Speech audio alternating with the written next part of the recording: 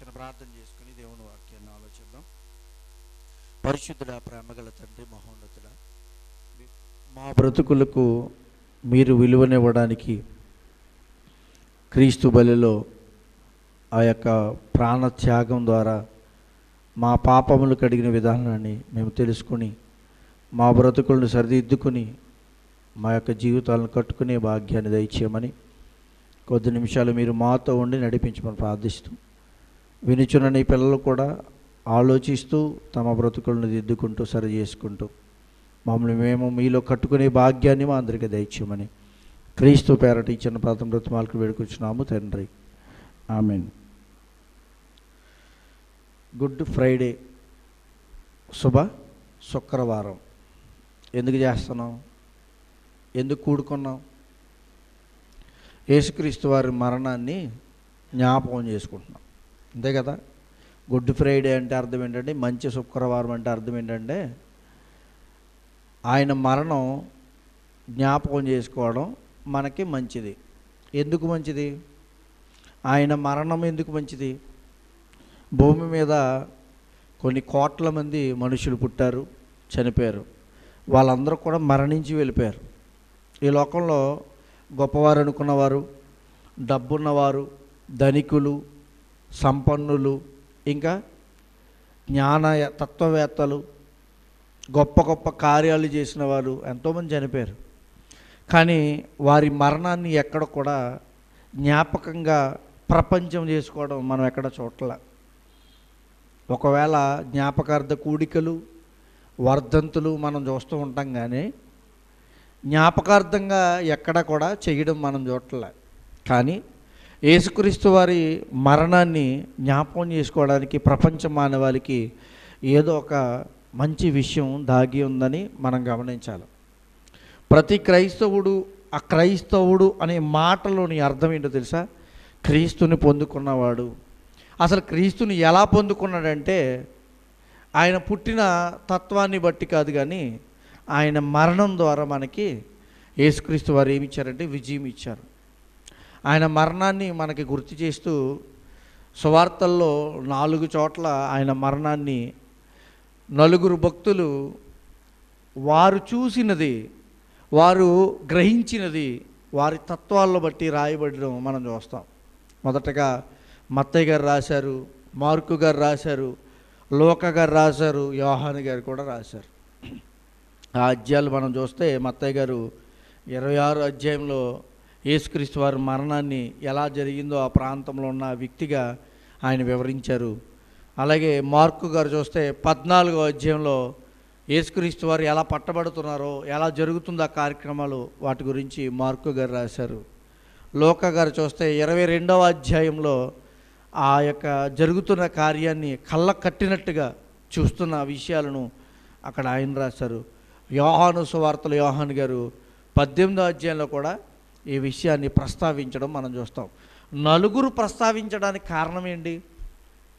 విషయం ఏంటంటే, మనం గత వారం వాక్యాన్ని వింటూ ఏ ఒక్కరి మీద సాక్ష్యం మీద మనం ఏం చేయకూడదు, ఏ ఒక్కరి సాక్ష్యం విషయంపై మనం ఏం చేయకూడదు? ద్వితీయోపదేశకాండం తీయండి. ద్వితీయోపదేశకాండము 17వ అధ్యాయము 6-7 వచనాలు చూడండి. ఒక్క సాక్షి మాట మీద వానికి విధింపకూడదు.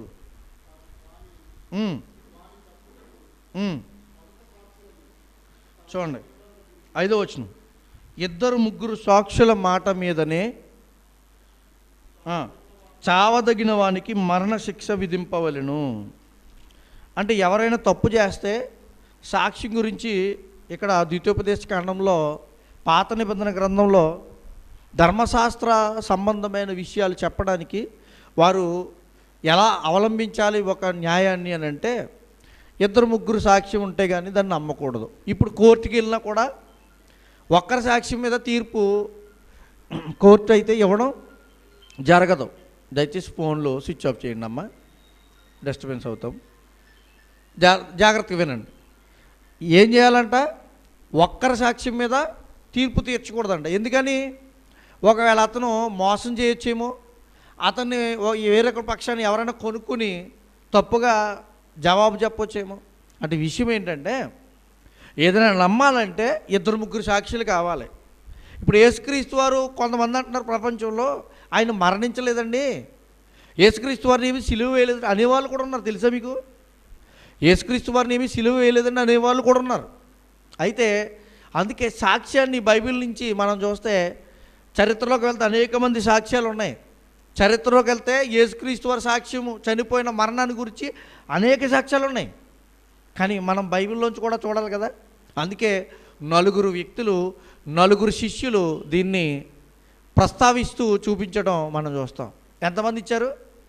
4 ఇచ్చారు. అసలు ఎంతమంది సాక్ష్యం ఉండాలంట? ఎంతమంది సాక్ష్యం ఉండాలి? 2-3. అంటే 4 అంటే సాక్ష్యం ఎలా ఉంది?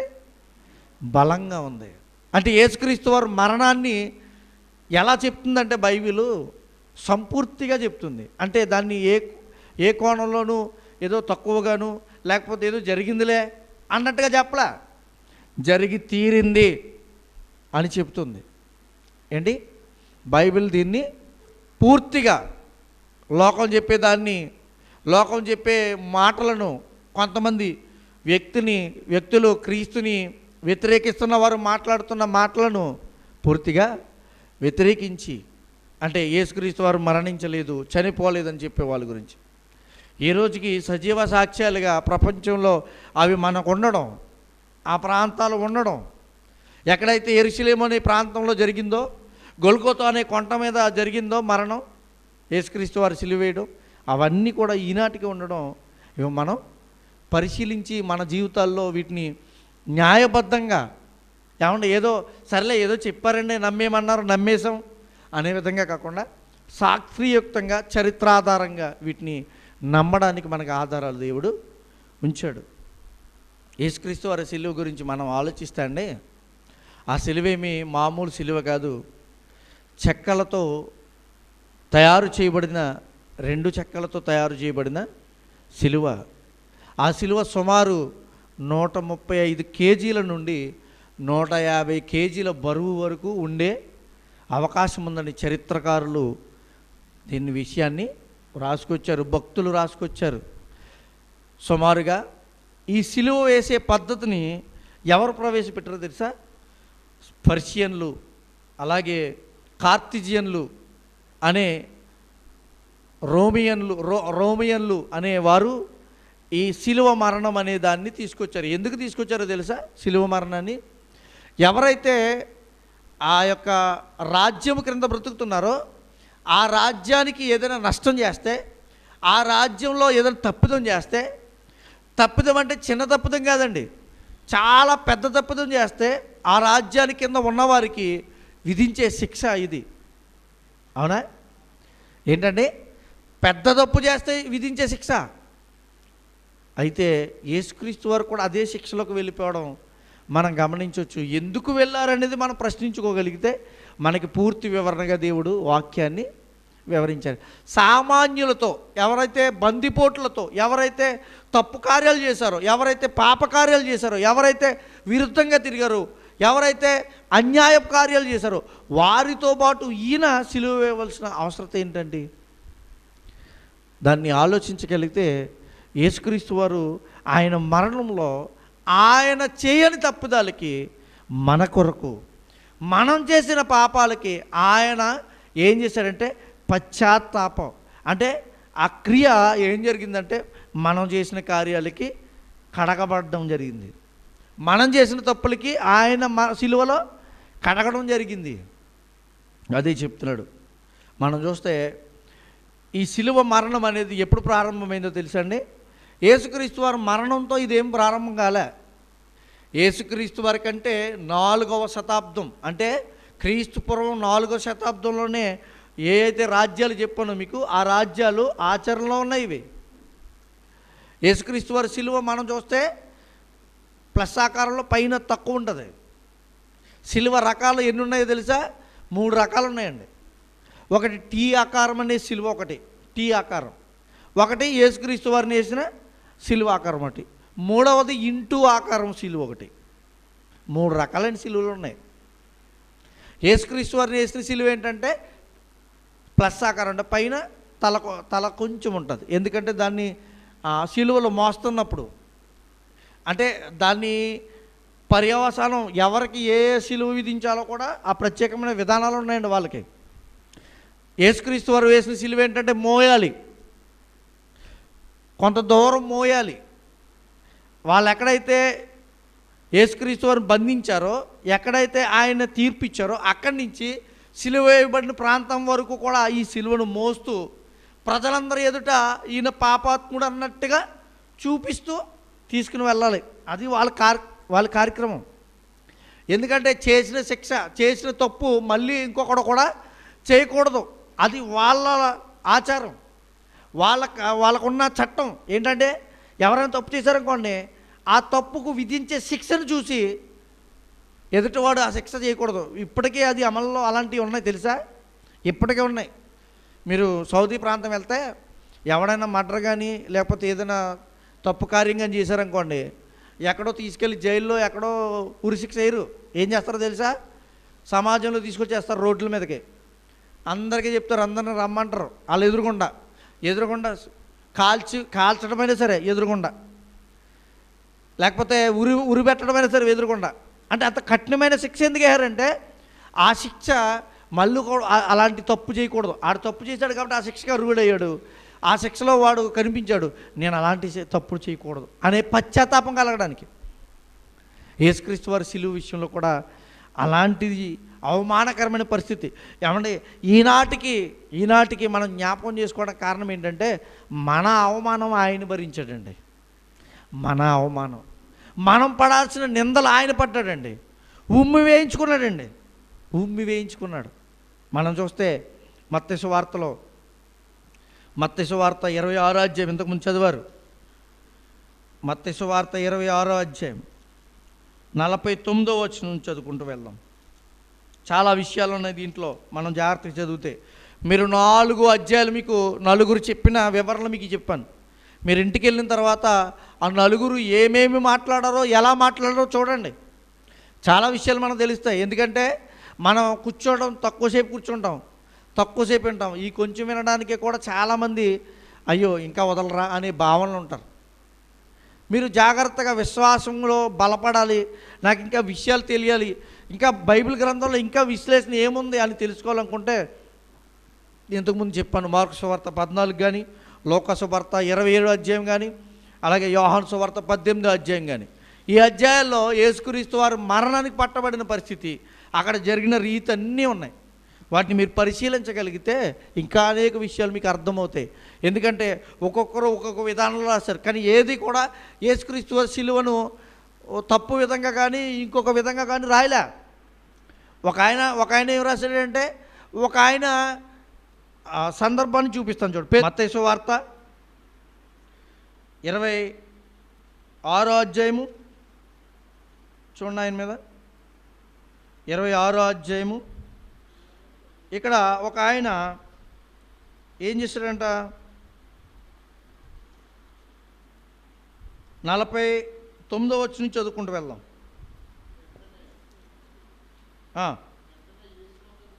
వెంటనే యేసునొద్దకు వచ్చి, బోధకుడా, ఇక్కడ 52వ వచనం, నీ కత్తి వరలో తిరిగి పెట్టుము. ఏం జరిగింది?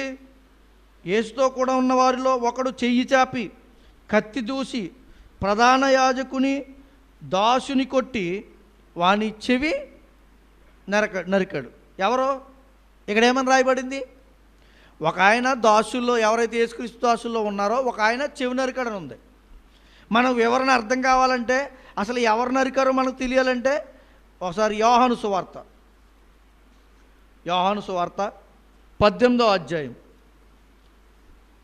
10వ వచనం చూడండి. అంటే మీకు వివరణ అర్థం కావడానికి చెప్తున్నాను. 18వ అధ్యాయం 10వ వచనం చూడండి, చదవండి, జాగ్రత్తగా చదవండి, క్లియర్గా చదవండి. సీమోను పేతురు అని అనకూడదండి, ఎందుకంటే సీమోను ఒకరు పేతురు ఒకడు అయిపోతారు. సీమోను పేతురు అని చదవాలి, అంటే ఆయన ఒక్కడే.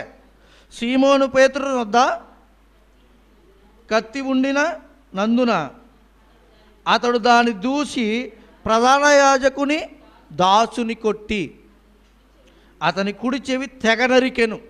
అక్కడ ఏమని రాయబడింది? అలా కాదు, ఇక్కడ చదవండి. 27 అధ్యాయము 52వ వచనమా 57వ వచనమా చదవండి.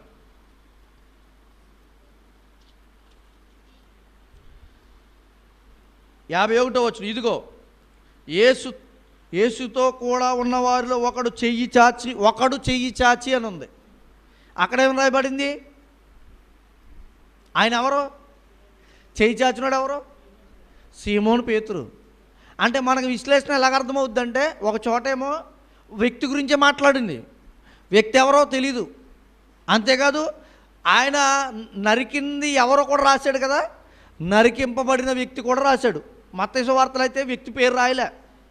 ఎవరికైతే చెవి తెగ నరికిపోయిందో అతని పేరు రాయలే. ఇక్కడ రాశాడు చూడండి, సీమోను పేతురునొద్ద అతడు దాన్ని దూసి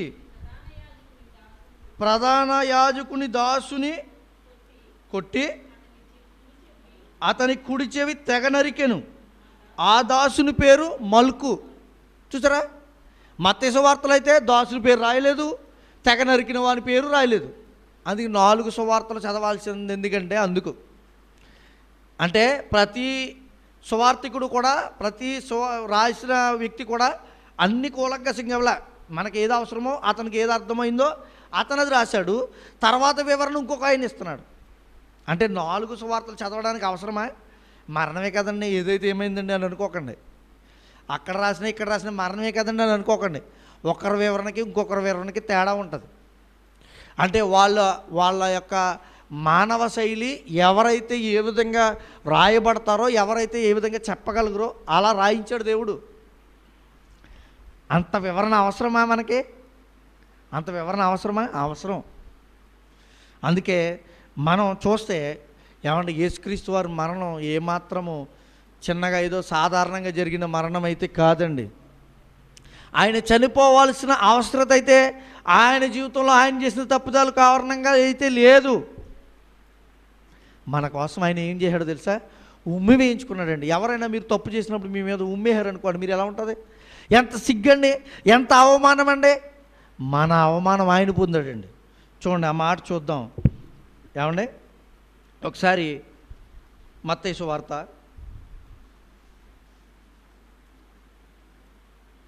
26వ అధ్యాయము 66వ వచనం చదువుదాం.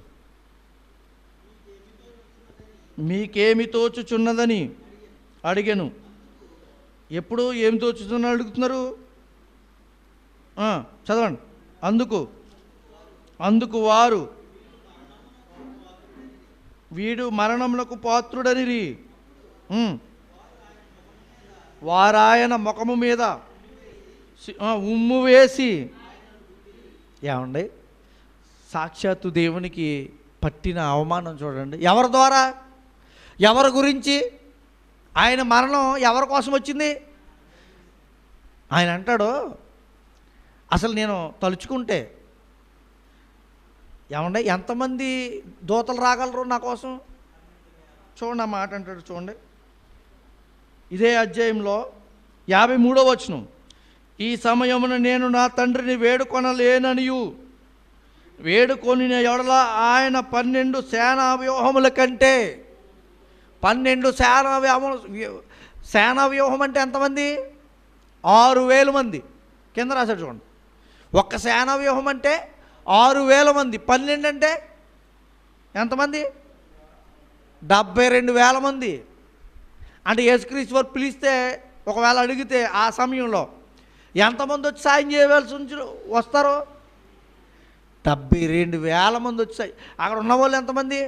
సైనికులు సుమారుగా 1000 మంది, 1,500 మంది ఉన్నారంట. ఎవరిని పట్టుకోవడానికి వచ్చినప్పుడు? యేసుక్రీస్తు వారు బంధించడానికి వచ్చినాడు. 1000 మంది, 1,500 మంది, 72,000 మంది దేవదూతలు వస్తే ఏం జరుగుతుంది? మీరు ఆలోచించండి. అయినా కూడా ఆయన ఏం చేశాడో తెలుసా? ఏమాత్రము కూడా ఆయనకు వచ్చిన బాధ తొలగిపోవాలని ఎప్పుడు అనుకోలే. అందుకే ఆయనకు వచ్చిన బాధను, శిలువ బాధను ఆయన తీసివేయడానికి ఇష్టపడలే. ఎందుకు ఆయన వచ్చింది ఎందుకు? చూడండి 18వ అధ్యాయం, యోహాను సువార్త 18వ అధ్యాయం 38వ వచనంలో ఉంది. చూడండి, యోహాను సువార్త 18వ అధ్యాయం 38వ వచనం. యేసు అంటున్నాడు, నీవన్నట్టు నేను రాజునే, సత్యమును గూర్చి సాక్ష్యం ఇచ్చుటకు నేను పుట్టి తిని, ఇందు నిమిత్తమే ఈ లోకమునకు వచ్చి తిని. ఎందు నిమిత్తం వచ్చాడు? ఎందు నిమిత్తం వచ్చాడు? సత్యమును గూర్చి సాక్ష్యం ఇవ్వడానికి. ఎందుకు వచ్చాడు? మరణాన్ని అప్పగింపబడడానికి. ఎందుకు వచ్చాడు? సిలువలో రక్తము కార్చడానికి. ఎందుకు వచ్చాడు? ఆయన సమాధి చేయబడి తిరిగి లేవడానికి. ఆయన మరణం దేనికోసమో తెలుసా? నా పాపాలు కడగడానికి, గుర్తు చేయడానికి కాదు. గుర్తు చేయడానికి వస్తే ఏం చేయాలో తెలుసా? ఆయన నేల మీద వంగి ఏమో రాయిచుండెను. ఏం చేశాడు? అయ్యా, మీలో పాపం చేయవాడు ఎవడైనా ఉంటే రాయండి అన్నాడు. వెంటనే వెళ్ళిపోయారు. గుర్తు చేయాలంటే పెద్ద విషయం కాదు ఆయనకి. ఆయన మన పాపాలు గుర్తు చేయాలంటే పెద్ద విషయం కాదు. మన పాపాలు గుర్తు చేయాలంటే ఆయన వరకు ఎందుకండి? మన భర్త, మన భార్య, మన తప్పులు, మన కుటుంబస్తులు, మన చుట్టుపక్కల వారు ఏం చేస్తారో, నువ్వు ఆ తప్పు చేయలేదా, నువ్వు ఇలా మాట్లాడలేదా అంటారా లేదా? ఎవరు ఏసుకి వరకు ఎందుకు మనకు అక్కడికి వెళ్తారంటే? అసలు మన తప్పులు సృష్టించబడాలన్నా, మన తప్పులు చూపించబడాలన్నా మనకి ఎక్కడికో దేవుని దగ్గరికి వెళ్ళక్కలా. మనం పరిశీలించుకుంటే సరిపోద్ది. మనల్ని ఇతరులు చెప్తే అర్థమైపోద్ది. యేసుక్రీస్తు వారు వచ్చింది మన తప్పులు చూపించడానికి కాదు, మన తప్పులను కడగడానికి, శుద్ధీకరించడానికి. అది జరిగింది క్రీస్తు శిలువ బలియాగంలో. పస్కా బలి మన కోసమైతే యేసుక్రీస్తు వారు పస్కా బలిగా వధింపబడ్డాడు. పస్కా బలి ఎలా జరుగుతుందో సేమ్ శిలువ బలియాగం కూడా అదే రీతిలో ఉంటుందండి. సేమ్ అండి. పస్కా బలి గొర్రె పిల్లని ఎలా బలిస్తారో సేమ్ అదే సాదృశ్య రూపంగా ఉంటుంది యేసుక్రీస్తు వారి బలి. మనం ఆలోచించగలిగితే. ఏమండి, ఇక్కడ చూస్తే మనం ఏమంటున్నాడంట, ఆయన బలి అయిపోవడానికి వచ్చాడు. ఇందు నిమిత్తమే కదా నేను ఈ లోకానికి వచ్చాను. సత్యమును గూర్చి స్థాపించడం అంటే ఆయన మనలో ఉన్న పాపాన్ని తొలగించడానికి. మనం మామూలుగా నువ్వు పాపివురా, నువ్వు వెళ్ళి పలానా పని చేయి, కడుక్కో అంటే మనం నన్ను పాప అంటున్నావా, నువ్వే మాత్రం తక్కువడువా అంటాం మనం కదా. మానవ సంబంధమైన మైండ్ ఎలాంటిదంటే మన తప్పును మనం ఏమాత్రము సమర్థించుకుని సరి చేసుకునే భావనలు మనలో ఉండవు. అందుకే యేసుక్రీస్తు వారు అలాంటి భావనతో మనకి ఎదురవ్వలేదైనా. ఎలాంటి భావనతో వచ్చాడంటే, మీ పాపాలు నేను కడుగుతున్నాను. ఎంత గొప్ప మనసు ఉండాలండి. మన కోసం దెబ్బలు తిన్నాడండి ఆయన. దెబ్బలో చూడండి 68వ వచనం. కొందరు ఆయనను అరచేతులతో కొట్టి, క్రీస్తు నిన్ను కొట్టిన వాడెవడో అపహాసిస్తున్నారండి. ఎవరిని? సాక్షాత్తు దేవుణ్ణి, సర్వాధికారిని, ఈ లోకాన్ని సృజించిన వారిని, లేకపోతే ఎవరైతే ఆ మాటలు మాట్లాడుతున్నాడో, హింసిస్తున్నాడో, కొడుతున్నాడో, ఎవరైతే పరిహాసం చేస్తున్నాడో, ఆయన్ని పుట్టించిన ఆయన్ని ఏం చేస్తున్నారు? పరిహాసిస్తున్నారు. ఎంత అవమానమో చూడండి. మనల్ని ఎవరైనా నలుగురిలో అవమానించారనుకోండి, ఏం చేస్తాం చెప్పండి మీరు? మనల్ని ఎవరైనా నలుగురిలో అవమానిస్తే మనం ఏం చేస్తాం? వీలైతే ఏం చేస్తారు? తప్పించుకుని వెళ్ళిపోతారా? ఎదురుదాడి చేసే తత్వం చూసారా? యేసుక్రీస్తు వారు నేర్పింది ఎలా ఉందో. ఎదురుదాడి కాదు, తన్ను తాను తగ్గించుకుని వెళ్ళాడు. తను తాను తగ్గించుకుని అప్పగింపబడ్డాడు. అప్పగించుకున్నాడండి ఆయన సొంతంగా. ఆయన వచ్చింది ఎందుకు వచ్చాడు? 11వ వచనం చూడండి. యోహాను సువార్త 18వ అధ్యాయం 11వ వచనం. యేసు, కత్తి ఓరలో ఉంచుము, తండ్రి నాకు అనుగ్రహించిన గిన్నెలోనిది నేను. ఏంట గిన్నెలో తాగేది? ఏంటది? తండ్రి అనుగ్రహించిన గిన్నె ఏంటది? మరణం, శిక్ష, బాధ.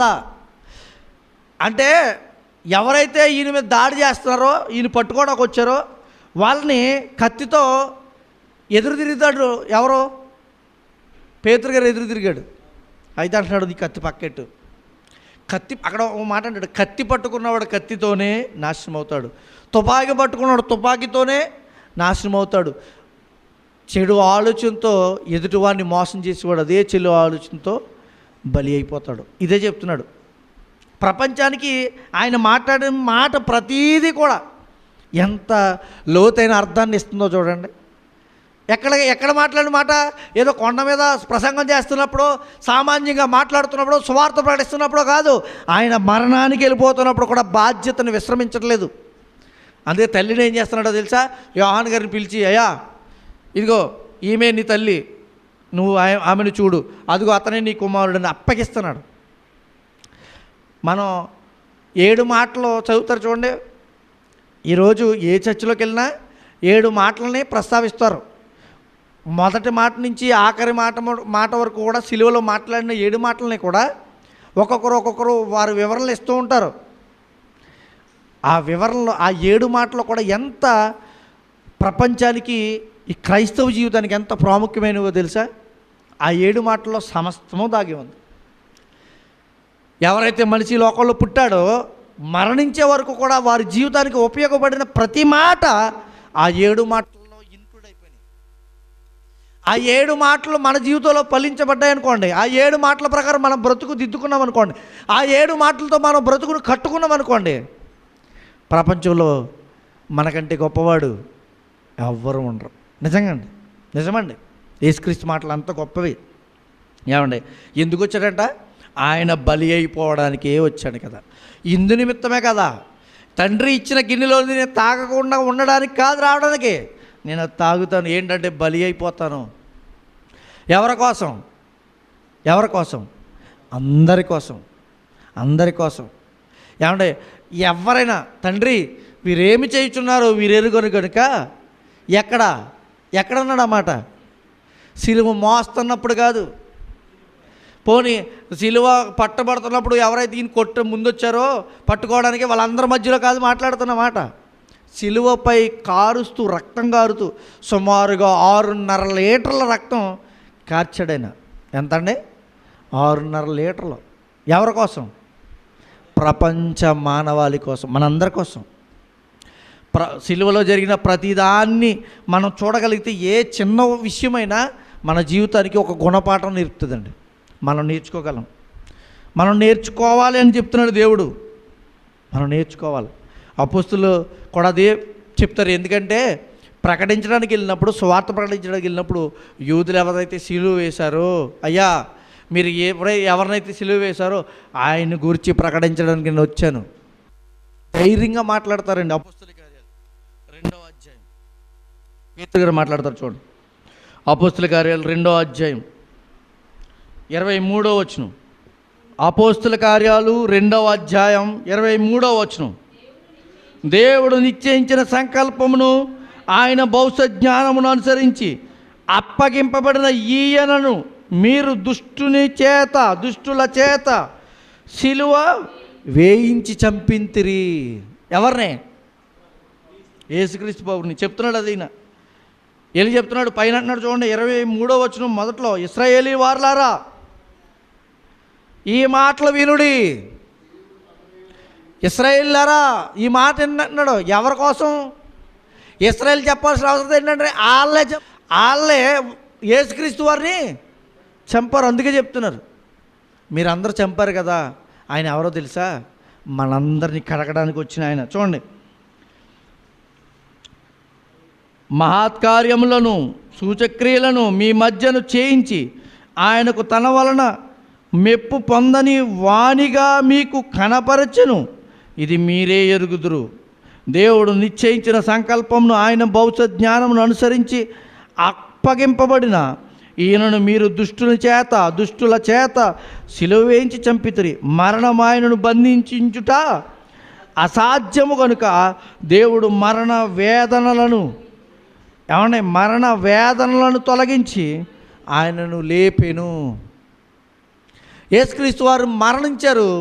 ఆయన మరణించి ఉండిపోలే. మన పితరులు ఎంతోమంది చనిపోయారు. ఇక్కడున్న మనందరి కుటుంబాల్లో ఎంతోమంది చనిపోయారు. లేచారా? వాళ్ళు లేచారా? వాళ్ళలో ఏదైనా శక్తి ఉందా? లేదు. కానీ వారు లేపబడగలరా? లేపబడగలిగే రోజు ఒకటి ఉంది. ఎప్పుడంటే యేసుక్రీస్తు వారి రెండవ రాకడలో ఆయన వచ్చి చనిపోయిన వారినేంటి, బ్రతుకున్న వారినేంటి తీర్పులోనికి తీసుకువెళ్తానని చెప్పాడు. ఆ శక్తి ఎవరికి ఉందో తెలుసా? మరణాన్ని జయించి తిరిగి లేచిన యేసుక్రీస్తుకే. అందుకే ఏమండి, ఆయన సామాన్యంగా ఏం చనిపోలేదండి. యెరూషలేము వీధుల్లో నడిపించుకుని కొరడాలతో కొడుతూ ఎన్ని దెబ్బలు కొట్టారో తెలుసా? 5480 గాయాలు ఉన్నాయంటండి శరీరం మీద. ఎన్ని? 5480 గాయాలు. సుమారుగా 5480 గాయాలంటే మీరు సామాన్యంగా లెక్క పెట్టండి. అసలు 5000 గాయట్లు పెట్టుకున్న మన శరీరం ఇంకేమైనా కనబడుతుందా? 5000 ఘాట్లు పెడితే మన శరీరం ఇంకేమైనా కనబడుతుందా? ఏమండి, అన్ని ఘాట్లు, అన్ని దెబ్బలు, కొరడా ఇలా కొడితే అండి చర్మం మీద ఇలా పట్టుకుని లాగి వదిలేయంట. అంటే ఆయన కొడుతున్న కొరడాకి మామూలుగా ఇతరులు కొట్టే కొరడాలకి మామూలు కొరడాలు, ఈయన కొడుతున్న కొరడాలు అంటే తెలుసా? ఇనప గొల్లాలు ఉండేయంట దానికి. అంటే ఇలా కొట్టిన వెంటనే అలా పట్టుకుంటుంది, ఇలా లాగిన వెంటనే రక్తం చెల్లని చేయలేదంట. ఆయన మరణం చిన్న మరణం కాదండి. ఆయనకు వచ్చిన అవమానం చిన్నది కాదు. సాక్షాత్తు దేవునికి వచ్చిన అవమానం చూడండి. మనం ఏదైనా చిన్న మాట అంటే పడం, మనం ఏదైనా చిన్న తప్పు విషయం అంటే పడం. చేసిన వాడే పడ్డు, చేయని ఆయన మన కోసం బలి అయిపోయాడు.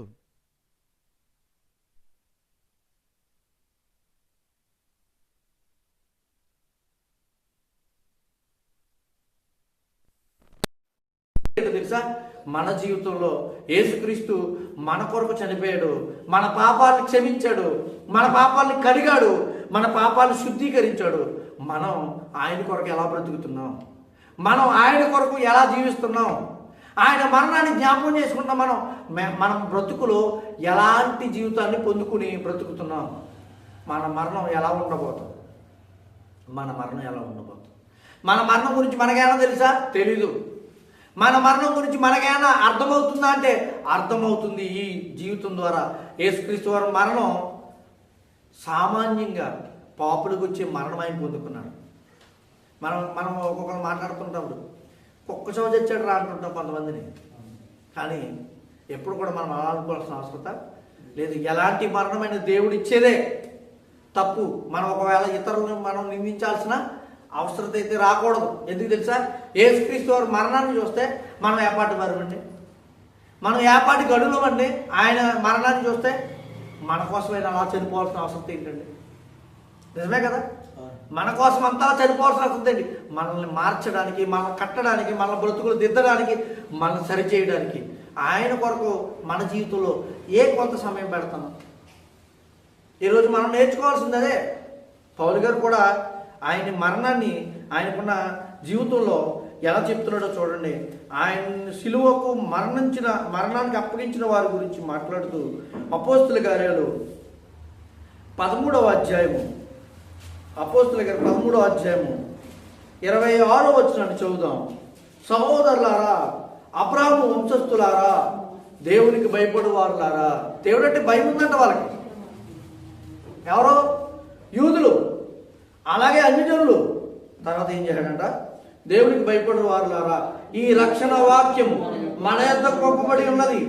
యెరూషలేములో కాపురం ఉండు వారు, వారి అధికారులను ఆయనను ప్రతి విశ్రాంతి దినమున చదవబడుచున్న ప్రవక్తల వచనములను గ్రహింపక ఆయనకు శిక్ష విధించుట చేత ఆ వచనములను నెరవేర్చిరి. అంటే నెరవేర్చారు వాళ్ళకు తెలియదు. వాళ్ళు ఏమనుకున్నారంటే యేసుక్రీస్తు వారిని చంపేయాలని అనుకున్నారు తప్ప యేసుక్రీస్తు వారి కోసం రాయబడిన పాత నిబంధన గ్రంథంలో వచనాలు నెరవేరుతున్నాయని వాళ్ళకి తెలియలే. కానీ ఎప్పుడు చదువుతున్నారు. కానీ మనకి కూడా ఎప్పుడు బైబిల్ చదువుతూ ఉంటాం, ఎప్పుడు వింటూ ఉంటాం. కానీ దానిలో మాటలు గ్రహించమే, దానిలో ఉన్న విషయాలు ఆలోచించమే. అంటే యేసుక్రీస్తు వారి మరణం మన కోసం ఏం చేసిందో అనేది ఆలోచిస్తున్నామా? ఆ మరణంలో విషయం 7 మాటలు చదువుతున్నారు, 7 మాటలు వివరిస్తున్నారు. ఆ మాటల్లోని పరమార్థం ద్వారా మన జీవితాన్ని ఏం కట్టుకుంటున్నాం? మన జీవితంలో దేవుని కోసం ఎలా బ్రతుకుతున్నాం? మనం యేసుక్రీస్తు వారి మరణం ద్వారా మనం ఏం నేర్చుకున్నాం? ఏమని ఆయన క్షమించే గుణం ఎక్కడి వరకు వెళ్ళిందో తెలుసా? ఆయన మరణంలో ఆయనతో పాటు తీసుకెళ్ళాడు. ఆయన క్షమించే గుణం ఎక్కడి వరకు వెళ్ళింది? ఆయన మరణంలో ఆయనతో పాటు. ఆయన కోపాన్ని ప్రదర్శించలేదు. ఆయన కూడా కోపం ఏమి చిన్నదేం కాదండి. ఆయన కోపగించుకోగలిగితే, ఆయన కోపగించగలిగితే ఆయన ద్వారా వచ్చే ప్రమాదం ఎలాంటిదో తెలుసా? చూడబోతారు ఎప్పుడో తెలుసా? రెండవ రాకల్లో ఆయన పెట్టే బాధ ఉంటుందో తెలుసా? ఒకవేళ పెట్టాల్సి ఉంటే రెండవ రాకల్లో మనకు అర్థమవుతుంది. నరకానికి అప్పగింపబడిన వారి పరిస్థితిలో పడే బాధ ఏంటో ఎలాంటిదో తెలుసా? ఆయనకి వ్యతిరేకంగా తిరిగేవాళ్ళు ఇప్పుడు తెలియట్లేదండి. ఆయన వ్యతిరేకంగా తిరుగుతున్న వారు ఇప్పుడు అర్థం కావట్లే. ఆయనే 3 వెహికల్ పీక్కోలేనివాడు, లేకపోతే చెక్కలకి వేలాడేవాడు. నేను ఆ మధ్యన యూట్యూబ్లో అయ్యే బాగా ఉన్నావా రాజేష్? ఏం మాటలు మాట్లాడుతున్నారు? మనం ఆకివీడు మన ప్రాంతంలోనే ఏం మాట్లాడుతున్నారు? హీనంగా మాట్లాడుతున్నారు. క్రైస్తవం గురించి వాళ్ళకి తెలియట్లా. ఆయనకున్న శక్తి వీళ్ళకి అర్థం కావట్లే. ఎప్పుడు కూడా అలా ఉన్నారులే, ఏదో అన్నారులే, అప్పుడు పడి ఉండాలి అనుకుంటున్నారేమో.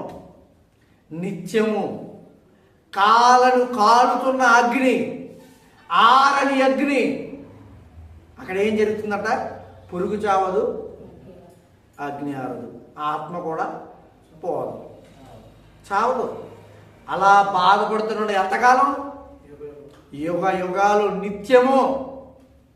ఏమండి అంత శిక్షకి వెళ్ళిపోవాల్సిన బాధ ఎందుకండి మనకి?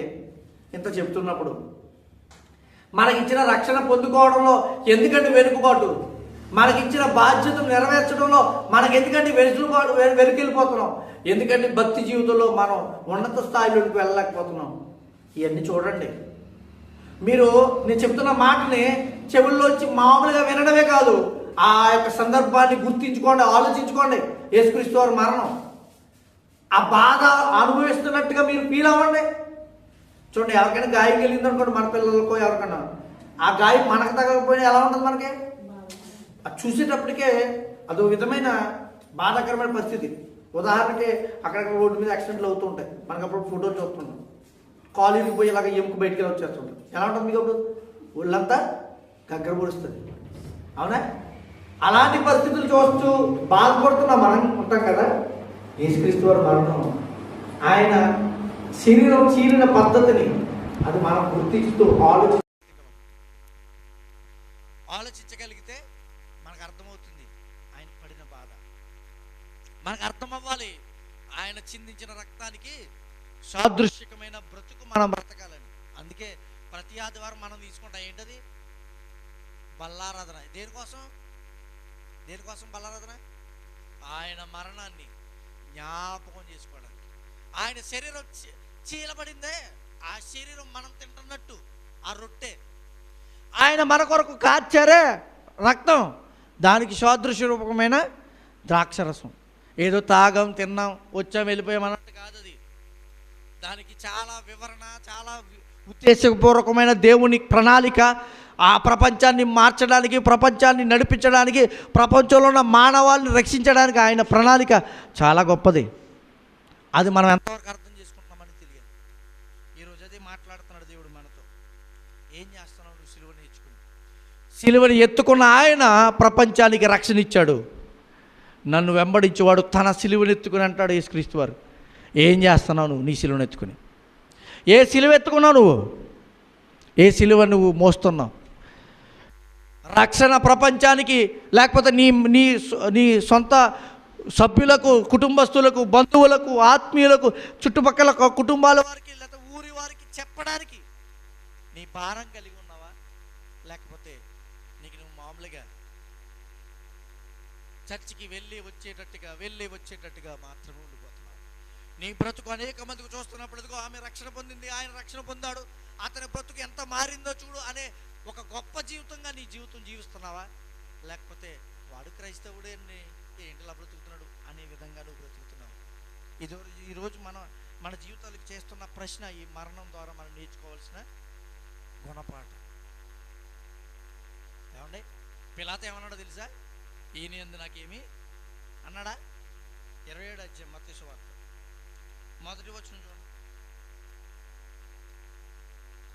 న్యాయం తీర్చడానికి వచ్చిన ఆయన ఏమంటున్నాడో తెలుసా?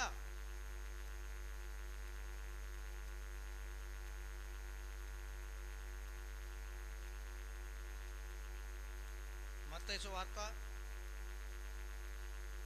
చూడండి, ఇక్కడ 19వ వచనం, 27 అధ్యాయం 19వ వచనం.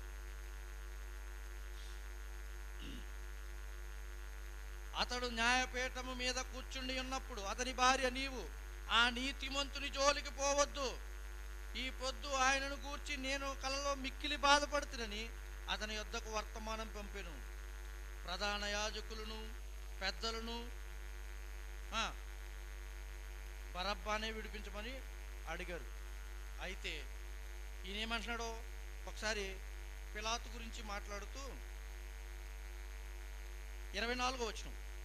పిలాతు అల్లరి ఎక్కువగుచున్నదే గాని తన వలన ప్రయోజనం ఏమీ లేదని గ్రహించి నీళ్లు తీసుకొని జనసమూహం ఎదుట చేతులు కడుగుకొని, ఈ నీతిమంతుని రక్తమును గూర్చి నేను నిరపరాధిని. యూదుల కంటే గొప్పవాడు ఎవరో తెలుసా? యూదుల కంటే ఇక్కడ గొప్పవాడు ఎవరో తెలుసా? పిలాతు. ఎందుకు? యూదులు అన్నారు ఆయన చంపేయండి, ఆయన రక్తానికి అపరాధం మా పిల్లల మీద మా మీద ఉంటుంది అన్నారు. చదివితే మీకు అర్థమవుతుంది. అక్కడ ఏమంటారు?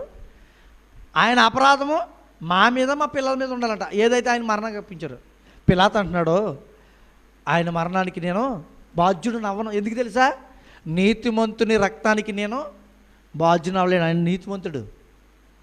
ఒక రాజ్యాధికారి ఇస్తున్న సర్టిఫికెట్ చూడండి, సర్టిఫికెట్ అండి అది, ఆ మాట కాదు. ఇప్పుడు చూడండి, మనకి ఏదైనా సర్టిఫికెట్ కావాలనుకోండి, ఎవరి దగ్గరికి వెళ్ళి బతిమాలుకుని అక్కడ సంతకాలు ఎట్టించుకుని రావాలి కదా. ఏది మామూలుగా మన జీవితంలో క్యాస్ట్ సర్టిఫికెటో, ఇన్కమ్ సర్టిఫికెటో, ఇంకోటి ఏదో మన జీవితానికి ఇల్లు కట్టుకోవడానికి ఏదైనా కావాలనుకో దానికి సర్టిఫికెటో, ఆధార్ కార్డు రావడానికి నీ బర్త్ సర్టిఫికెటో ఏమిటి ఉండాలి కదా. ఆ సర్టిఫికెట్ రావాలంటే ఈ లోకంలో ఉన్న అధికారుల దగ్గరికి వెళ్ళి మనం తెచ్చుకోవాలి. ఒక అధికారి ఇస్తున్నాడు యేసుక్రీస్తు వారి గురించి, ఏమని? ఆయన యందు ఏమని ఇస్తున్నాడు? నీతిమంతుని గూర్చి నేను నిరపరాధిని. ఆయన యందు ఏం కనపడలేదు దానికి. మీరు ఇంకా 4 సువార్తలు చదివితే ఇంకా మంచి మాట మాట్లాడతాడు ఈయన. నిరపరాధిని నేను శిక్షింపకూడదు అనుకుంటాడు. ఆయనకున్న మనసు యూదులకి లేదప్పుడు. ఇప్పుడున్న ప్రపంచంలో యేసుక్రీస్తు వారి మరణాన్ని అర్థం చేసుకోలేని వారికి కూడా ఆ మనసు లేదు. నిజంగా ఆలోచించండి, ఈరోజు మన కొరకు చనిపోయిన యేసుక్రీస్తు వారి మరణం మన జీవితానికి ఏం నేర్పిస్తుందంటే, మనం కూడా ఒకవేళ ఇతరుల రక్షణ కొరకు మనం ప్రాణం పెట్టాల్సి వస్తే మనం ఏం చేయాలి తెలుసా? ప్రాణం పెట్టబద్దులమై ఉన్నామంటాడు పౌలు గారు. ఏంటంట? ప్రాణం పెట్టబద్దులమైన. ఎందుకు ప్రాణం పెట్టాలి? ఇతరులను రక్షించుట కొరకు. చూడండి ఏమని మాట్లాడుతున్నాడు. పిలాతుకున్న జ్ఞానం ఈరోజు మనకుందా? నిరపరాధి అయిన ఆయన రక్తాన్ని ఆశ్రయించిన మనం మన పాపాలను ఏం చేసుకుంటున్నాం తెలుసా? ఆయన రక్తంలో కడుక్కున్నాం. బాప్తీసం ద్వారా మన జీవితాన్ని శుద్ధీకరించుకున్నాం. ఇదిగో వచ్చి సంఘంలో ఉన్నాం, ఏదో ఉండి వచ్చి వెళ్ళిపోయే వారిగా మనం ఉండకూడదు. ఇది మనకు నేర్పాలనుకుంటున్నాడు దేవుడు. మనకు నేర్పేది దేవుడు ఏంటంటే, నీ జీవితం మారావు, నువ్వు ఒక్కడితో నువ్వు అలా ఉండిపోక. అందుకే ప్రపంచానికి సువార్త ప్రకటించడానికి కారణం ఏంటంటే 12 మందిని పంపుతూ యేసుక్రీస్తు వారు ఏమన్నారు? మార్కు 16 అధ్యాయం 15 వచనం చూద్దాం. మార్కు సువార్త 16 అధ్యాయం 15 వచనం చదవండమ్మా. మరియు మీరు సర్వలోకమునకు వెళ్ళి సర్వ సృష్టికి సువార్తను ప్రకటించుడి. ఏం చేయమన్నాడు శిష్యులతో? సర్వ సృష్టికి. ఈరోజు మనం వాక్యం విన్నాం, బైబిల్ ఉంది మన దగ్గర, చదువుకుంటున్నాం, ప్రార్థన చేసుకుంటున్నాం, క్రీస్తు గురించి అర్థమైంది, దేవుడి గురించి మనకు తెలియబడింది. అంటే అర్థం ఏంటో తెలుసా? ఆ రోజు వాళ్ళు వెళ్ళారు, ప్రకటించారు. ఈరోజు ఆ మాటలు మనం చదువుకొని మార్పు చెంది బ్రతుకుతున్నాం. ఎంత ప్రణాళిక ఉంటే జరుగుతుందండి. ఆయన మరణం ఎక్కడో జరగడం ఏంటి, ఆయన ఎక్కడో చనిపోవడం ఏంటి, ఈరోజు ఆ మరణాన్ని జ్ఞాపకం చేసుకోవడం ఏంటి? ప్రపంచంలో ఎంతోమంది చనిపోయారే గొప్పవాళ్ళు. అలెగ్జాండర్ ద గ్రేట్, ప్రపంచాన్ని నెగ్గుతూ గెలుచుకుంటూ వచ్చిన వ్యక్తి. ఆయన మరణాన్ని మనం ఏం జ్ఞాపకం చేసుకోవట్లేదే. ఇంకా అనేక మంది చారిత్రక వ్యక్తులు ఉన్నారు. వాళ్ళందరి మరణాన్ని మనం ప్రపంచం ఏం జ్ఞాపకం చేసుకోవట్లేదే. అంటే వాళ్ళ మరణాల్లో ఏం రాలేదు తెలుసా? ప్రపంచానికి జీవం రాలే, ప్రపంచానికి మరణం నుండి విడుదల రాలే. ఆ మరణాన్ని విడుదల చేసింది ఎవరో తెలుసా? సాక్షాత్తు దేవుడై ఉండి మన కొరకు వచ్చిన యేసు ప్రభుల వారు. ఆయన వచ్చాడండి. మనకి మరణాన్ని ఉండే భయం వేడిపోయింది ప్రపంచానికి. అందుకే మన పౌలు గారు మాట్లాడుతున్న మాటల్లో మరణాన్ని గురించి మీకు తెలియకుండా, చనిపోయిన వారి గురించి మీకు తెలియకుండా నాకు ఇష్టం లేదయ్యా అంటాడు. ఎందుకని? వాళ్ళు చనిపోతారు, మళ్ళీ సమాధిలోకి వెళ్ళినా కానీ యేసుక్రీస్తు వారి లాకలో వాళ్ళు వేస్తారు. తిరిగి తెస్సలోని పత్రికలో చెప్తాడు. మనం కూడా చనిపోయామనుకోండి, మీరేం బాధపడకండి, మరణించి మళ్ళీ తిరిగి లేవగలరు మీరు. ఆ శక్తి ఉంది మీకు. ఆ శక్తి ఎలా వస్తుందంటే యేసుక్రీస్తు వారి ద్వారా. యేసుక్రీస్తు వారి మరణంలో మీరు పాలు పొందితే అదే శక్తి మీకు వస్తుంది. ఎప్పుడంటే ఆయన లేపుతాడు మనల్ని. ఆయన ఎలా అయితే సజీవుడిగా లేచాడో, ఆయన అయితే ఎలా అయితే మరణించి మన కొరకు లేచాడో, నువ్వు కూడా మరణించి ఆయన విశ్వాసం ఉంటే నువ్వు కూడా అలా లేస్తావు. ఆయన పిలుస్తాడు నిన్ను, ఆయన నిలబెడతాడు ప్రజల ఎదుట. ఏమంటే ఇవన్నీ సాక్ష్యాలు ఉంటాయండి. ఎవరైనా విన్నారా మీరు? యేసుక్రీస్తు వాక్యం విన్నారా? వినలేదండి. వినలేదా? యేసుక్రీస్తు వారు వాక్యము మైక్లో చెప్తుంటే వినలేదా? ఊర్లో వారు మైక్లో చెప్తుంటే సంఘంలో వినలేదా మీరు? విన్నాం. వినలేదంటే ఊరుకోడు, చూపిస్తాడు. ఇప్పుడు మనం అక్కడక్కడ సీసీ కెమెరాలు పెట్టుకుంటాం. ఎందుకు? ఏం జరుగుతుందో చూడటానికి. ఇప్పుడు ఇక్కడ సీసీ కెమెరా పెట్టాడు ఎవరో? దేవుడు. ఏ సీసీ కెమెరా? సూర్యుడు అనే సీసీ కెమెరా, లేకపోతే ఆకాశం అనే సీసీ కెమెరా ఉందా? వెలుగుందా? వెలుగున్న ప్రతి చోట ఏమవుతున్నట్టు? రికార్డింగ్ అవుతుంది. రికార్డింగ్ అయిన ప్రతిదాన్ని ఏం చేయగలరు? దేవుడు తీసుకొచ్చి ఆ రోజు తీర్పు దినాన్ని చూపించుకో, పలానాయని చెప్పాడు, పలానాయన మాటలు ఇగో విన్నావు, నువ్వు కూర్చున్నావు, అక్కడ ఎదురుకుండా కూర్చున్నావు, లేకపోతే అక్కడ మైక్లో విన్నావు నువ్వు. కానీ నువ్వేం పట్టించుకోవాలి దేవుని గురించి, నువ్వేమీ ఆలోచించలే. దేవుడి గురించి చెప్తుంటే నువ్వు ప్రశ్న వేసుకోలేదు నీ జీవితాన్ని. ఏదో అలా వెళ్ళిపోయావు మొదటిగా. నీ జీవితంలో నువ్వు చేసిన తప్పుకి నువ్వే బాధ్యత వహించాలి అంటాడు. ఎప్పుడైతే రక్షణ పొందావో రా నా దగ్గరకు వచ్చి కూర్చో. రక్షణ పొంది దేవుని కోసం బ్రతకావో రా నా చోటు నాతో ఉండు, నేనుండే చోటు నువ్వును ఉండు. ఏమంటే సిలువ మీద వేరొక దొంగతో మాట్లాడిన మాట, నేడు నీవు నాతో కూడా పరదేశంలో ఉంది. ఏమన్నాడు అతను? ఏమన్నాడో తెలుసా? ఈయన నీలాంటి వ్యక్తి కాదయ్యా. వేరొక దొంగతో మనం పాపం చేసి బంధింపబడ్డాం. ఏ పాపం ఎరిగినైనా ఆయన బంధింపబడ్డాడు, రక్తాన్ని చిందిస్తున్నాడు.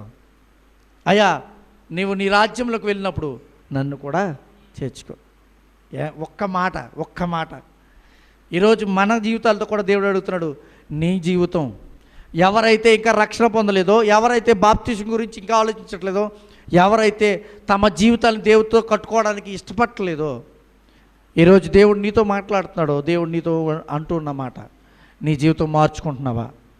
నీ జీవితం మార్పు చెందడానికి అవకాశం మరొకసారి ఇస్తానని దేవుడు అంటున్నాడు. ఎంతమంది అండి. అందుకే దేవుడు మనతో మాట్లాడుతున్న మాటల్ని మనం జ్ఞాపకం చేసుకుంటూ, యేసుక్రీస్తు వారి శిలువ యాగాన్ని జ్ఞాపకం చేసుకుంటూ మనం బ్రతకడానికి ఎందుకో తెలుసా? ఏదో అలవాటుగా చేసేయడానికి కాదు, ఏదో ఆచారంగా నడిపించడానికి కాదు మనం వచ్చింది. యేసుక్రీస్తు వారి శిలువ మరణం ద్వారా నాకు విజయం వచ్చింది. మరణంలో నేనేం చెబుతాను? మరణంలో నేనేమవుతాను? పాలు పొందులవుతాను. మళ్ళీ జీవంలో ఏమవుతాను? పాలు పొంపులు అవుతానని గొప్ప నిరీక్షణ మనకి ఇచ్చాడు ఆయన. ఇదండి మనకు నేర్పేది.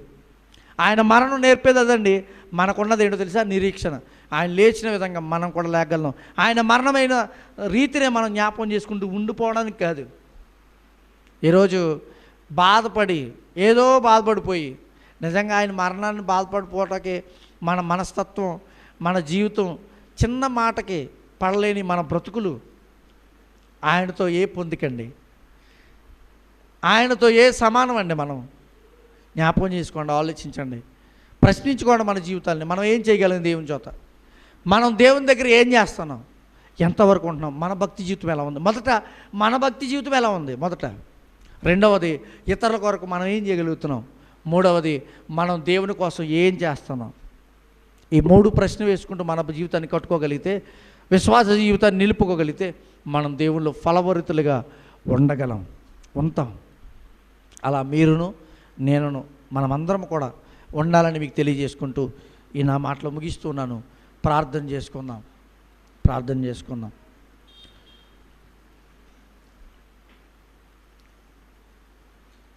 ఆఖరికి ప్రార్థన చేసుకుందాం. ఏదైనా విషయాలు ఉంటే తెలియజేయండి. ముగించుకున్న తర్వాత కొన్ని ప్రకటనలు ఉన్నాయి, ప్రకటన చేసుకుని వెళ్దాం. ప్రార్థన చేసుకుని ముగించుకుందాం. పరిశుద్ధుడా, ప్రేమగల తండ్రి, మహోన్నతుడా, మీ ఉన్నతమైన నామానికి స్తోత్రాలు నాయన. క్రీస్తులో మమ్మల్ని అందరూ రక్షించి కాపాడి సజీవులుగా ఉంచి మీ యొక్క వినికిడిలో మమ్మల్ని ఫలింపజేయడానికి, భద్రపరిచి బలపరచడానికి, సంఘంగా మమ్మల్ని కట్టి సమాజంలో మమ్మల్ని ఉంచి నడిపిస్తే విధానకే స్తోత్రాలు నాయన. మీరు ఇచ్చిన బ్రతుకు గొప్పది. మీ మరణం మా జీవితానికి మోక్షం నాయన. మీ మరణం మా జీవితానికి గొప్ప మార్గం. మీ మరణం, యేసుక్రీస్తు వారి మరణం మా కొరకు ప్రాణత్యాగం, మా జీవితాలకు వెలుగు తండ్రి. వారు చేసిన గొప్ప కార్యాన్ని, క్రీస్తులో కలిగిన ఆ నిత్య జీవాన్ని మాకు ఇస్తున్న విధానాన్ని బట్టి మీకే స్తోత్రములు నాయన. మేము జాగ్రత్తగా మా బ్రతుకులను దిద్దుకుంటూ, మా బ్రతుకులను కట్టుకుంటూ పరలోక రాజ్య నివాసులు అవ్వడానికి ఏదైతే మీరు ఆజ్ఞాపించారో, ఏదైతే మా కొరకు చేయమని చెప్పారో మమ్మల్ని, వాటన్నిటిని చేయడానికి సంఘానికి కావలసిన ఆయుత్తమైన జీవితాన్ని దయచేయండి. మా విశ్వాస జీవితంలో బలపరచండి, మమ్మల్ని సిద్ధీకరించండి, స్థిరపరచండి. నీ వాక్యం ద్వారా తండ్రి మీరు కోరిన లక్షణాలు మా జీవితంలో నేర్చుకునే భాగ్యం తెచ్చింది. ఇంకా అనేక సంఘాలు ఈ కార్యక్రమాలు జరుగుతుండగా ప్రతి సంఘంతో మీరు మాట్లాడండి, ప్రతి సంఘంతో మీరు ఉండండి, ప్రతి సంఘాన్ని బలపరచండి. విశ్వాస జీవితం ఎందుకైతే వారికి వచ్చిందో వాటిని నేర్చుకుని బలపడి తండ్రి మీ ఎదుట మేము సిద్ధపడే భాగ్యాన్ని దయచేయండి తండ్రి. సహాయం దయచేయండి. మేమందరము మీలో స్థిరపడే భాగ్యం దయచేయండి. విలువైన నీ సమాచారం, విలువైన మీ మాటలు మేము వినడం మాత్రమే ఉండిపోవడం కాకుండా నాయన మా జీవితాలు కట్టుకునే భాగ్యం దయచేయండి. క్రీస్తు మరణాన్ని జ్ఞాపకం చేసుకుంటే సామాజికంగా తండ్రి లోకంలో నేరాలు చేస్తున్న వారికి కూడా అలాంటి మరణం రాలేదు తండ్రి. కానీ తండ్రి యేసుక్రీస్తు వారు మా కొరకు చిందించడానికి, బలైపోవడానికి మా పాపములు కారణం. మా పాపములు మీరు కడిగి ఉన్నారని నమ్ముచున్నాం తండ్రి. సహాయం దయచేశారు తండ్రి. స్తోత్రములు నాయన. మీరు తోడై ఉండండి, నడిపించండి.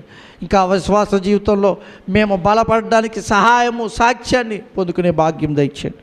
నీ వాక్యం నేర్చుకోవడానికి, నీతో బలముగా తండ్రి మేము వాడబడడానికి, మీలో తండ్రి మేము స్థిరముగా నిలబడడానికి, ఈ లోకంలో తండ్రి వెలుగు జ్యోతుల వల్లే ప్రకాశించడానికి సహాయం దయచేయండి. సహాయం దయచేయండి. ప్రతి ఒక్కరి ఆలోచన, ప్రతి ఒక్కరి హృదయంలో మీ ఆలోచనలు నింపండి తండ్రి. సహాయం దయచేయండి. విన్న ఈ మాటలు ఏమాత్రం వ్యర్థం కాకుండా మా జీవితాల్లో మేము వాటిని జ్ఞాపకం చేసుకుంటూ, గుర్తించుకుంటూ, సరి చేసుకుంటూ తండ్రి మమ్మల్ని మేము సరిదిద్దుకునే భాగ్యం దయచేయండి. మా లేదని తెలిసి తెలియకలుంటే, తప్పులుంటే క్షమించండి తండ్రి. సహాయం దయచేయండి తండ్రి. యేసుక్రీస్తు వారి మరణాన్ని తండ్రి ప్రపంచానికి మోక్షం ఇచ్చారు నాయన. ఆ మోక్షాన్ని తెలుసుకునే భాగ్యము తండ్రి ఈ ప్రజలకు దయచేయండి. వారి మంచి మనసులు తండ్రి, చాలా మంచి మనసులుగా తండ్రి వారు బ్రతుకుతూ తండ్రి నీ కోసం ఎదురు చూసే భాగ్యం దయచేయండి నాయన. వారు కట్టుకునే భాగ్యం దయచేయండి తండ్రి. మీలో తండ్రి కావాల్సిన ప్రేరేపణ వారికి దయచేయండి నాయన. మీలో వారు పొందుకోవాల్సిన నిత్య జీవాన్ని వారు పొందుకునే భాగ్యం దయచేయండి తండ్రి. ఈ మాటలు ఎవరు ఉంటున్నారో, ఈ మాటలు ఎవరైతే గ్రహిస్తున్నారో వారికి తండ్రి హృదయాన్ని గ్రహింపుడు దయచేయమని, ప్రతి ఒక్కరిని రక్షించమని, ప్రతి ఒక్కరూ తపలతో తండ్రి నీలో బ్రతికే భాగ్యాన్ని దయచేయమని, మా విశ్వాస జీవితాన్ని మేము కాపాడుకునే తత్వపు ఆలోచనలు మాకు దయచేయండి నాయన. మీరు సహాయం దయచేయండి తండ్రి. మీరు తోడయుండి నడిపించండి నాయన. మా విశ్వాస జీవితాన్ని మెరుగుపరచండి తండ్రి. తండ్రి, మీలో కావలసిన, మాకు ఇంకా నేర్చుకోవాల్సిన, మా సంఘానికి కావలసిన, సంఘ సభ్యుల్లో, స్త్రీలలో, పురుషుల్లో తండ్రి, మీతో సహవాస జీవితంలో ఎలాంటి ఆయుత్వపరమైన తండ్రి స్థితిగతులు మాకు కావాలో, ఎలాంటి తండ్రి బలవర్ధకమైన ఆత్మీయ ఆహారం మాకు కావాలో మాకు ఇవ్వండి, నేర్పించండి, సహాయం తెచ్చండి. మీ తోడ్పాటును ఇవ్వండి నాయన. స్త్రీలను, పురుషులను తండ్రి, చిన్న బిడ్డలను, వృద్ధాప్యులు ఉన్న వారిని అందరినీ కాపాడి నడిపించండి తండ్రి. సంఘాలను బలపరచండి. సంఘ నాయకులను, సేవకులను, ప్రతి చోట సేవ చేస్తున్న ప్రతి ఒక్కరిని కూడా దీవించమని నీకోసం తండ్రి తమ సమయాన్ని, తమ తండ్రి ధనాన్ని, తమ తండ్రి కాలాన్ని వెచ్చిస్తున్న ప్రతి ఒక్కరిని కూడా దీవించి, బలపరిచి, అభివృద్ధిపరిచి మీ నామ మేమార్థంగా అందరినీ వాడుకోమని ప్రార్థిస్తూ మా సంఘం కొరకు మరొకసారి ప్రాధేయపడుతున్నాను నేను. సహాయం తెచ్చండి, బలపరచండి, ఆత్మీయ స్థిరపరచండి. అనేక ఆత్మలు రక్షించుకోగలిగే స్థితిలో మమ్మల్ని అందరినీ బలపరచమని తండ్రి అనిపిస్తూ ప్రాధేయపడుతూ సమస్త మహిమ, ఘనత, ప్రభావాలు మీకు ఆరోపించుకుంటూ మమ్మల్ని మేము తగ్గించుకుంటూ యేసుక్రీస్తులో ఇచ్చిన ప్రార్థన బ్రతుమాలకు వేడుకొచ్చున్నాం మా ప్రియ పరలోకపు తండ్రి. ఆమేన్, ఆమేన్, ఆమేన్. తండ్రి అయిన దేవుని నుండి, కుమారుడైన క్రీస్తు వారి కృపయు, పరిశుద్ధాత్మ అన్యోన్య సహవాసం ఇప్పుడు ఎల్లప్పుడు సదాకాలం మనందరికీ తోడై నడిపించి ఆదరించునుగాక. ఆమేన్, ఆమేన్, ఆమేన్.